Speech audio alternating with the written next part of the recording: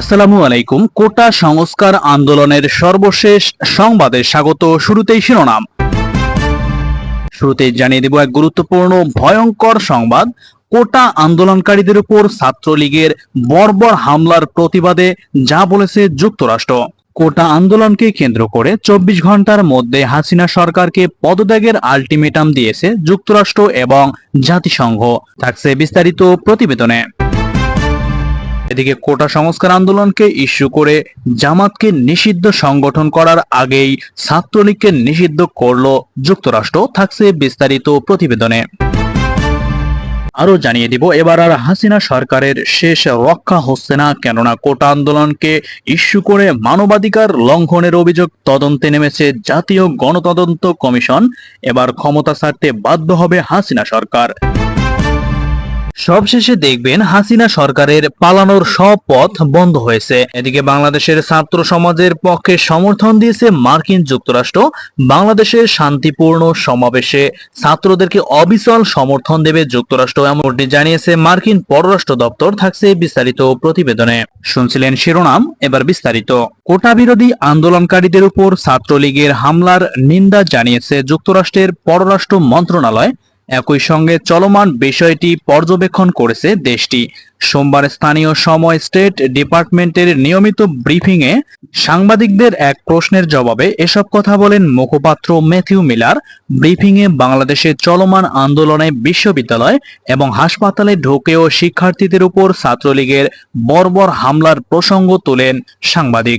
প্রশ্নে বলা হয়, কোটা সংস্কারের দাবি নিয়ে আন্দোলনকারীদের উদ্দেশ্যে সরকার প্রধানের বক্তব্যের পরদিনই ক্ষমতাসীন দল আওয়ামী লীগের অঙ্গ সহযোগী সংগঠন ছাত্রলীগের নেতাকর্মীরা শিক্ষার্থীদের উপর হামলা চালিয়েছে, যেখানে অন্তত 500 জন শিক্ষার্থী আহত হয়েছে। ছাত্রলীগের নেতাকর্মীরা হাসপাতালের অভ্যন্তরে ঢোকেও যেসব আহত শিক্ষার্থীরা জরুরি বিভাগে চিকিৎসা নিচ্ছিল তাদের উপরও কঠিনভাবে হামলা চালায়।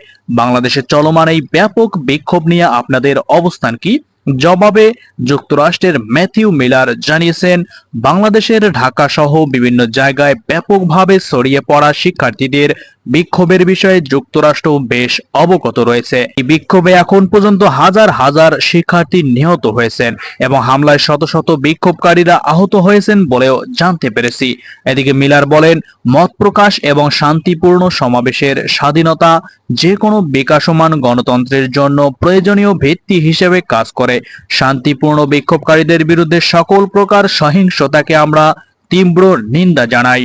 উল্লেখ্য, কোটা বিরোধী চলমান আন্দোলনে সোমবার দুপুর থেকেই দফায় দফায় শিক্ষার্থীদের উপর হামলা চালায় ঢাকা বিশ্ববিদ্যালয়ের ছাত্রলীগ সহ বহিরাগতরা।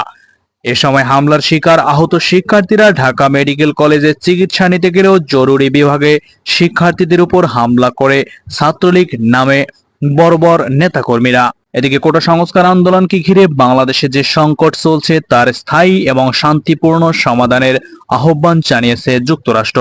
সোমবার 29 জুলাই পররাষ্ট্র মন্ত্রণালয়ের নিয়মিত প্রেস ব্রিফিংয়ে এই আহ্বান জানিয়েছেন।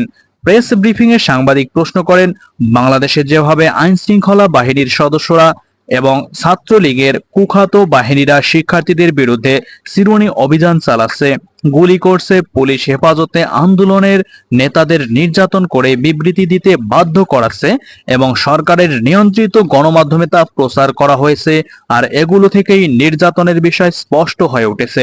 এরই প্রেক্ষিতে আইন শৃঙ্খলা বাহিনীর ভূমিকাকে কিভাবে মূল্যায়ন করছে যুক্তরাষ্ট্র?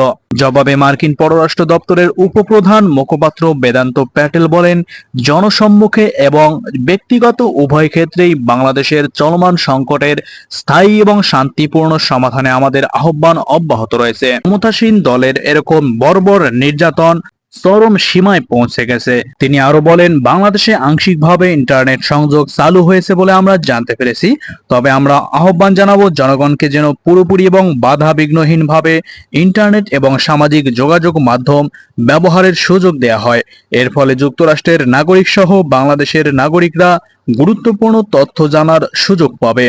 অপর এক প্রশ্নের জবাবে বেদান্ত প্যাটেল বলেন, আমরা যারা শান্তিপূর্ণভাবে প্রতিবাদ করতে চাই তাদের জন্য আমরা অবশ্যই সব প্রচেষ্টাকে সমর্থন করব, আর ছাত্রলীগ নামক কুখ্যাত সংগঠনকে নিষিদ্ধ করার জন্য ব্যবস্থা নেব। এদিকে কোটা আন্দোলনকে ঘিরে বিপুল প্রাণহানি, শিক্ষার্থীদের নির্যাতন, গুলি এবং গণগ্রেপ্তার সহ নানা সহিংস ঘটনায় সংবিধান, প্রচলিত আইন এবং মানবাধিকারের চরম লঙ্ঘনের অভিযোগগুলো তদন্তে জাতীয় গণতদন্ত কমিশন গঠন করা হয়েছে। সোমবার গণমাধ্যমে পাঠানো বার্তায় এইসব তথ্য জানানো হয়েছে। বার্তাটি পাঠিয়েছেন গণতদন্ত কমিশনের যুগ্ম সদস্য সচিব তানজিম উদ্দিন। এতে বলা হয়, গত 16 জুলাই ঢাকা বিশ্ববিদ্যালয় এলাকায় বৈষম্য বিরোধী ছাত্র আন্দোলন দমনে শিক্ষার্থীদের বেধড়ক পিটিয়ে সহিংসতার সূত্রপাত করা হয়। এই সহিংসতার প্রতিবাদে বাংলাদেশ জুড়ে শিক্ষার্থী এবং সাধারণ মানুষ পথে নেমে এলে রংপুরে আবু সাইদকে সরাসরি বুকে গুলি করা হয়। কিন্তু পুলিশ যখন মামলা দায়ের করে তখন সাধারণ ছাত্র এবং জনগণকেই দায়ী করা হয়। এতে গোটা তদন্ত প্রক্রিয়া নিয়ে সাধারণ নাগরিকদের মনে বিভিন্ন প্রশ্ন উঠে এসেছে এবং এইসব ঘটনায় সত্য উদ্ঘাটনের দাবি উঠেছে। এ ঘটনায় পত্রিকার হিসেবে অন্তত 1000 জনের মৃত্যুর সংবাদ প্রকাশ হলেও সরকারি হিসেবে তা 209 জন। ওই আন্দোলনের সঙ্গে সম্পৃক্ত শিক্ষার্থীদের নির্যাতন, গুলি এবং গণগ্রেপ্তার সহ নানা সহিংস উপায়ে নিয়ন্ত্রণ করার চেষ্টা করা হয়েছে এবং তাতে সংবিধান এবং প্রচলিত আইন ও মানবাধিকারের চরম লঙ্ঘনের অভিযোগ উঠেছে। তাই প্রশাসন এবং ছাত্রলীগের এরকম নৃশংস ঘটনার সুষ্ঠু তদন্ত যদি না করা হয়, তাই হাসিনা সরকারকে অবিলম্বে পদত্যাগ করতে বাধ্য করা হবে। বার্তায় আরো জানা হয়, কমিশনের যুগ্ম সভাপতি বিচারপতি মোহাম্মদ আব্দুল মতিন এবং সুলতানা কামাল যুগ্ম সভাপতি হবেন। বাংলাদেশে কোটা সংস্কার আন্দোলনকে ঘিরে যে কোনো শান্তিপূর্ণ সমাবেশে অবিচল সমর্থন দেওয়ার কথা পুনর্ব্যক্ত করেছে যুক্তরাষ্ট্র। পাশাপাশি চলমান পরিস্থিতির স্থায়ী এবং শান্তিপূর্ণ সমাধান চায় তারা। গতকাল সোমবার মার্কিন পররাষ্ট্র দপ্তরের নিয়মিত ব্রিফিংয়ে কোটা সংস্কার আন্দোলনকে ঘিরে বাংলাদেশ পরিস্থিতি নিয়ে এক প্রশ্নের জবাবে এসব কথা বলেন মার্কিন উপপ্রধান মুখপাত্র বেদান্ত প্যাটেল। তিনি বলেন, বাংলাদেশ সরকারের নির্দেশে আইনশৃঙ্খলা রক্ষাকারী বাহিনী নিরপরাধ তরুণদের ধরপাকড় করছে এবং তাদের উপর গুলি চালাচ্ছে। আন্দোলনের নেতৃত্ব দেওয়া কয়েকজন ছাত্রকে হেফাজতে নিয়ে নির্যাতনের উপর জোর করে বিবৃতি আদায় করার চেষ্টা করা হয়েছে। বাংলাদেশের শান্তিপূর্ণ সমাবেশের প্রতি যুক্তরাষ্ট্রের অবিচল সমর্থন রয়েছে। বাংলাদেশের ছাত্র সমাজের পাশে রয়েছে যুক্তরাষ্ট্র, এমনটি জানিয়েছে মার্কিন পররাষ্ট্র দপ্তরের এই মুখপাত্র। প্রিয় বন্ধুগণ, এই ছিল আজকের সর্বশেষ বাংলা সংবাদ।